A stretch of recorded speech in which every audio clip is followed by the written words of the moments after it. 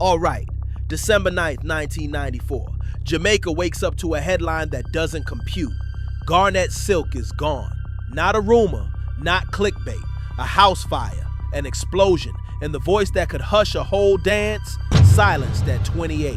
The country doesn't cry quietly. It wails, because Garnet isn't some nostalgia act. His songs are still comfort food. Hello Mama Africa, it's growing. Zion in a vision, placing your heart.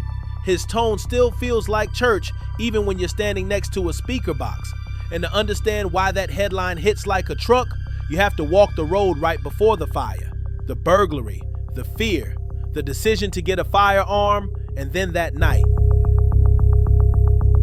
He starts as Garnet Damian Smith, Manchester Hills, humble home, big lungs. As a teen, he DJs under the name Little Bimbo, and he's good, clever, quick, agile. But when he switches to singing, the climate changes. That voice isn't just pleasant, it's velvet with voltage. It carries Dennis Brown warmth with a present tense spirituality that makes tough men stare at the ground and breathe slower.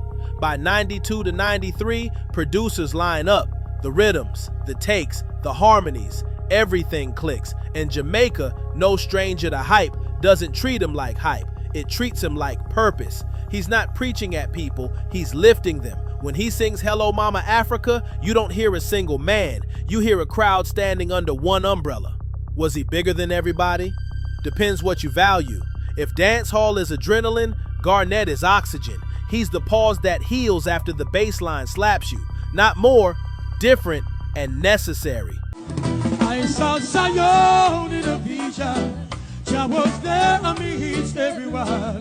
Here's your turning point. Late 1994, his space is violated. A burglary at or around his place. Not a rumor, a real jolt. You're a young father, a provider. You're building a life, even working toward a proper home for your mother. Then someone breaks the lock on that dream and rummages through it. Jamaica in the early 90s isn't theme park safe. Artists get targeted, break-ins, threats, extortion. Garnet is spiritual, yes, but he's also responsible. He now has to think like security. The calculus shifts from Jah will protect me to Jah will protect me and I'm getting licensed. So he does what many wouldn't expect from Mr. Upliftment. He obtains a firearm, licensed. It's not swagger, it's sleep. Protection, especially with family in the picture, feels like the only adult choice. Garnet Silk? With a gun? I know. It jaws. Think Mr. Rogers holding pepper spray. But this isn't cosplay. After a burglary, even saints install bolts. December 9th, 1994. He's at his mother's modest house in Manchester, often reported as Greenvale/Hatfield in the Mandeville area. The number of people inside is fuzzy, sources differ, but it's accepted that family and close friends are around that evening. We'll be honest about what's known and what isn't, because the ambiguity is part of why this story haunts people. He's handling the gun. Maybe he's being shown how it works.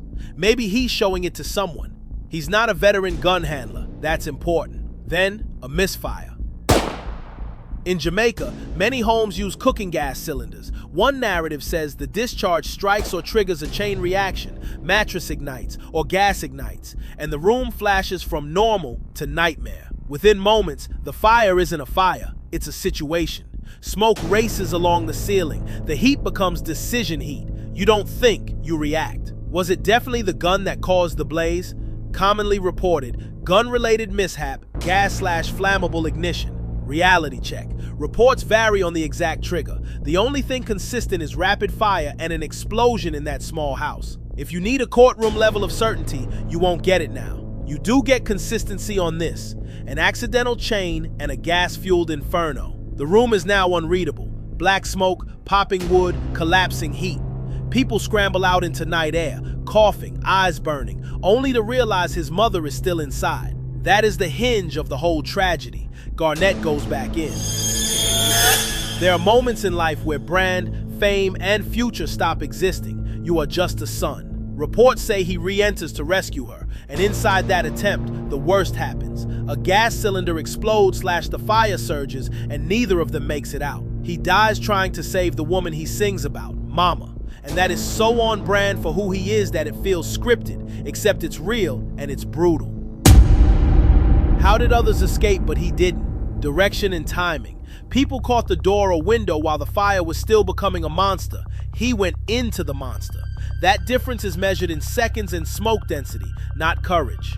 Was a friend inside too? Some later accounts say friends and brothers were present and initially escaped. The most consistent, reliable through line is that Garnett and his mother died after his return to the house. December 10th. The island is stunned. Radio turns into funerals. DJs cannot get through links without their voices breaking. It isn't just that a star died, it's that the future of Roots slammed into a wall. Reporters call it a gas explosion. Wire services confirm he and his mother died. Editors use words like promising, cut short, tragic. Even the wire copy reads like it's grieving. In street corners and taxi lines, people trade theories like contraband. Was it the bullet? Was the cylinder leaking? Did wiring play a role? That fog never fully lifts, which is why, decades later, YouTube essays and barbershop debates still pop up like weeds. Why didn't an official final report end the debate? Because in tragedies like this, the headline is clear. Gas explosion / fire, 2 dead. But the micro sequence, exact angle, impact, ignition chain, is messy, undocumented, and fast. Human memory melts under heat. People remember feelings, not frames. Here's what doesn't burn: the catalog. Hello Mama Africa still feels like a letter you wish you'd written. Its growing still sounds like new growth in a cracked sidewalk. Place in Your Heart still plays at weddings and in empty rooms where people grieve. His songs don't age out, they age in. The younger listener doesn't hear retro, they hear clean air. Artists after him, Sizzla, Jacure, Richie Spice, and the broader Roots revival drink from the same spring. Promoters who saw him at peak talk about command without aggression. A man who could quiet a rowdy crowd with tone, not threat. Could he have reached Bob Marley's stature? Marley is a solar eclipse, rare and global. But the Dennis Brown echelon? International tours, Grammys, a decades-long run as the Roots voice of his generation, absolutely within sight. Multiple profiles, retrospectives, and obituaries echo, destined for international stardom cut short by the fire. This isn't a morality play about guns or fate. It's a story about fear after violation and a son's reflex. A burglary rearranges your brain. Doors feel thinner, nights feel longer. He tries to fix it the way many do, legally, practically. Then one night, in a small house with cooking gas and new hardware, seconds go wrong. His last choice is the one we all hope we'd make: go back for mom. That's the human answer to the how did this happen question. Not destiny, not a conspiracy that ties neon strings on a corkboard, just a violated home. An honest precaution, a tiny technical mistake, and a huge heart that runs into a burning room because love doesn't calculate odds. So yeah, Garnet Silk doesn't exit on a stage fade. He exits in a 5-minute tornado that starts with a burglary months earlier and ends with the son running into a burning room. The press calls it an accident. Fans call it a theft. The truth is, the fire took his body. It didn't even smudge his voice. If you learn anything here, it's this: some legacies are heat-proof. Play Hello Mama Africa today. You don't hear 1994, you hear right now.